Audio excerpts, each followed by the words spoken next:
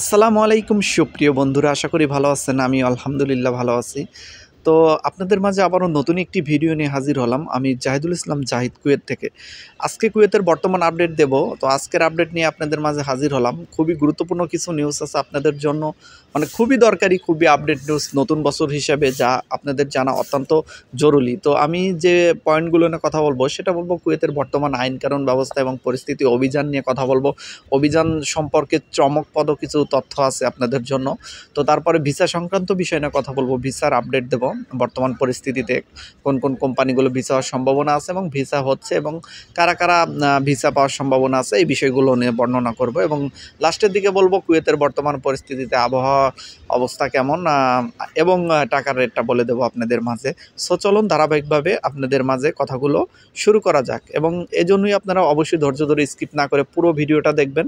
এবং আমাকে যারা ভালোবাসেন এবং আমার চ্যানেলকে যারা ভালোবাসেন তারা অবশ্যই চ্যানেলকে সাবস্ক্রাইব করবেন, এবং যারা সাবস্ক্রাইব করেছেন তাদেরকে অসংখ্য ধন্যবাদ। লাইক কমেন্ট করবেন, যার যে কোনো বিষয় জানার থাকলে অবশ্যই আপনাদের মূল্যবান কমেন্টগুলো করে যাবেন। আমি কমেন্টের উত্তরে ভিডিও দিয়ে থাকি, এটা আপনারা হয়তো জানেন। সো চলুন ভিডিওটি শুরু করা যাক। প্রথমে যে বিষয়টি বলতে চাই সেটা হলো কুয়েতের বর্তমান পরিস্থিতিতে আইন কানুন ব্যবস্থা নিয়ে কথা বলবো এবং অভিযান সম্পর্কে কিছু তথ্য দেব। চমকপ্রদ কিছু তথ্য আছে যা আপনাদের সবারই, কুয়েতে যারা অবস্থান করতেছেন তাদেরও অত্যন্ত গুরুত্বপূর্ণ জানার জন্য, খুবই জরুরি। এবং যারা দেশে অবস্থান করতেছেন, যারা দেশে থেকে নতুন আসতে চাচ্ছেন, কুয়েত সম্পর্কে যারা জানতে চান তাদেরও জানা অত্যন্ত জরুরি।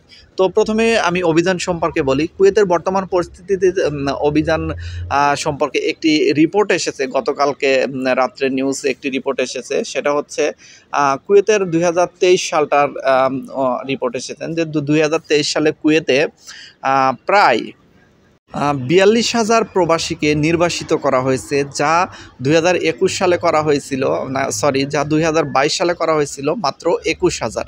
সেই জায়গা থেকে 2023 সালে এসে দাঁড়িয়েছে 42,000, প্রায় মানে ডাবল হয়ে গেছে। আপনারা চিন্তা করে দেখেন তাহলে 2023 সালটা কুয়েতে কতটা প্রবাসীদের জন্য শুভকর গেছে, এটা আপনি চিন্তা করে দেখেন। অবশ্যই খুবই রিক্সের ভিতর দিয়ে গেছে, ধরপাকড়ের ভিতর দিয়ে গেছে। 2023 সালটা পুরো বছরই প্রায় অভিযানের ভিতর দিয়ে চলে গেছে। তো সেই অভিযান এখনও তো ধারাবাহিকভাবে চলতেছে, তবে আগের চাইতে একটু গতি কমে গেছে, তারপরেও কিন্তু অভিযান চলতেছে। তো আমি আপনাদের অভিযান সম্পর্কে আজকে খুবই গুরুত্বপূর্ণ নিউজ দেবো এবং ধারণা দেব যে অভিযান কি, আপনারা কতদিনের মধ্যে বন্ধ হতে পারে, নাকি কুয়েতের অভিযান বন্ধ হবে না, রানিং চলবে, এই বিষয়টি নিয়েও আপনাদের মাঝে আমি ধারণা দেব। তো অভিযান সম্পর্কে বলতে গেলে প্রথমে আমি যে রিপোর্টটা আমি আপনাদের জানালাম যে গত 23 সালে প্রায় 42,000 প্রবাসীকে নির্বাসিত করা হয়েছে। এই বিষয়ে কিছু বলি, এই বিষয়ে অনেকের অনেক প্রশ্ন থাকবে, কমেন্ট থাকবে, সেই উত্তরগুলো এখানে আমি একটু দিয়ে যাই। সেটা হচ্ছে, প্রথম কমেন্ট হয়তো থাকতে পারে যে আপনি যে 42,000-এর কথা বলতেছেন সেটা কি শুধু বাংলাদেশি নাকি অন্য অন্য দেশ? যা আসলে এই যে প্রবাসীর কথা বলা হচ্ছে যে 42,000 প্রবাসীকে নির্বাসিত করা হয়েছে, এটা শুধু বাংলাদেশিদের জন্য না, এটা বাংলাদেশ, নেপাল, ইন্ডিয়া, শ্রীলঙ্কা, পাকিস্তান, তারপরে ফিলিপাইন বা মানে কুয়েতের উল্লেখিত দেশ ছাড়াও কিন্তু কুয়েতে অনেক প্রবাসী আছে, অনেক দেশের আছে, কম বেশি আছে। তো আমি বলতেছি সকল কুয়েতে যারা প্রবাসী হিসাবে আছেন, অন্য দেশ থেকে যারা আছেন, সকল প্রবাসীদের মিলেই এই রিপোর্টটা তৈরি হয়েছে। সব দেশ মিলেই 42,000 প্রবাসীকে নির্বাসিত করা হয়েছে। তার ভিতর বাংলাদেশিও অনেক আছে, বাংলাদেশির সংখ্যাটাও কম নয়, প্রায় বেশি থাকার কথা বাংলাদেশিদের সংখ্যা।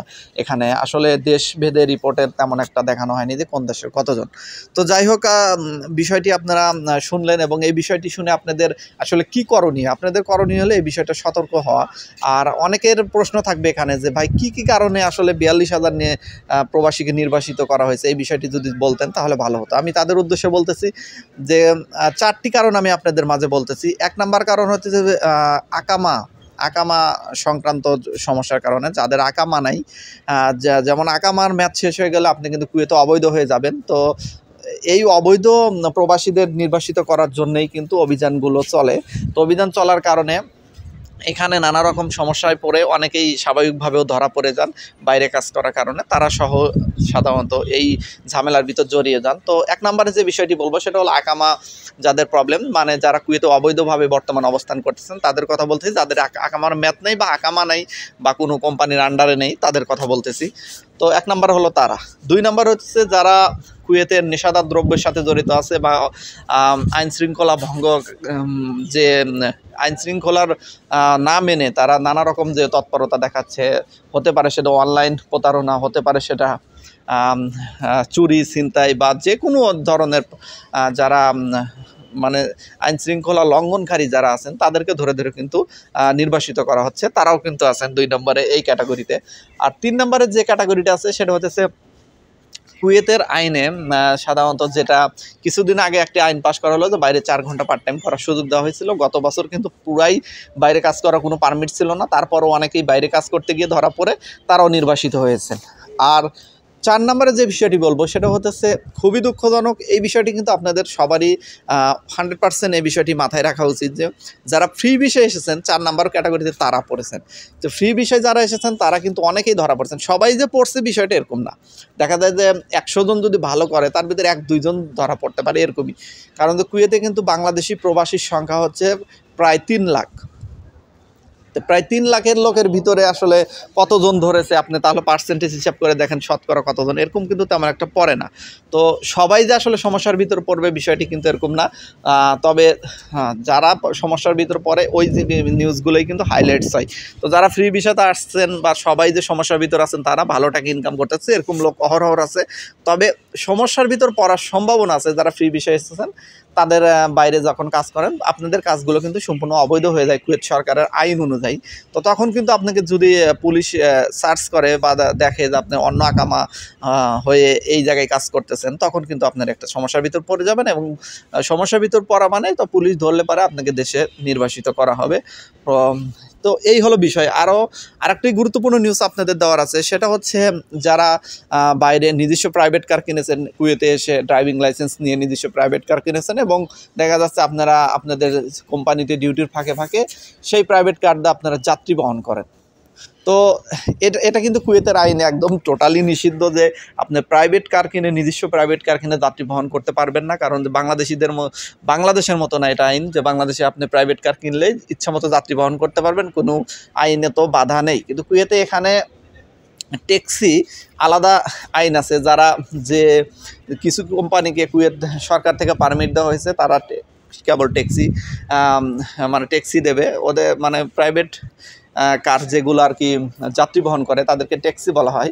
তো এই ট্যাক্সি পারমিট শুধু কিছু কোম্পানিকে কুয়েত কর্তৃপক্ষ থেকে দেওয়া হয়েছে। অবশ্যই এটা লাইসেন্স লাগে এবং আলাদা সরকারি ঘরে এটার একটা টাকা জমা দিতে হয় ট্যাক্সির লোগো বা ট্যাক্সি সহ লোগো গাড়ি ক্রয় করতে বা এটার পারমিট পেতে হলে যে কোনো একটা কোম্পানির আন্ডারেও যেতে হয়, যে উল্লেখযোগ্য যে কোম্পানিগুলো কুয়েত সরকার থেকে পারমিট দিয়েছে, তো তাহলেই কেবল বৈধ হয়। তো এছাড়া কিন্তু যারা কাজ করতেছেন নানা রকম নিজের পরিচিত লোক বা যাদেরই বহন করতেছেন তাদের কিন্তু মানে আপনি যদি এমন প্রমাণ হন পুলিশের কাছে ধরা পড়ে যে আপনি যাত্রী বহন করতেছেন তাদের থেকে টাকা নিতেছেন, সেই ক্ষেত্রে কিন্তু আপনি ফেঁসে যাবেন, আপনাকে দেশে পাঠিয়ে দেওয়া হবে।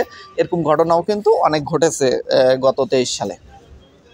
তো 24 সালে যারা মানে এই ভিডিওটা আমার দেখতেছেন তারা অবশ্যই এই ভুলগুলো থেকে অবশ্যই আপনারা শিক্ষা পেয়ে অবশ্যই আপনারা নিজেকে সতর্ক রাখবেন।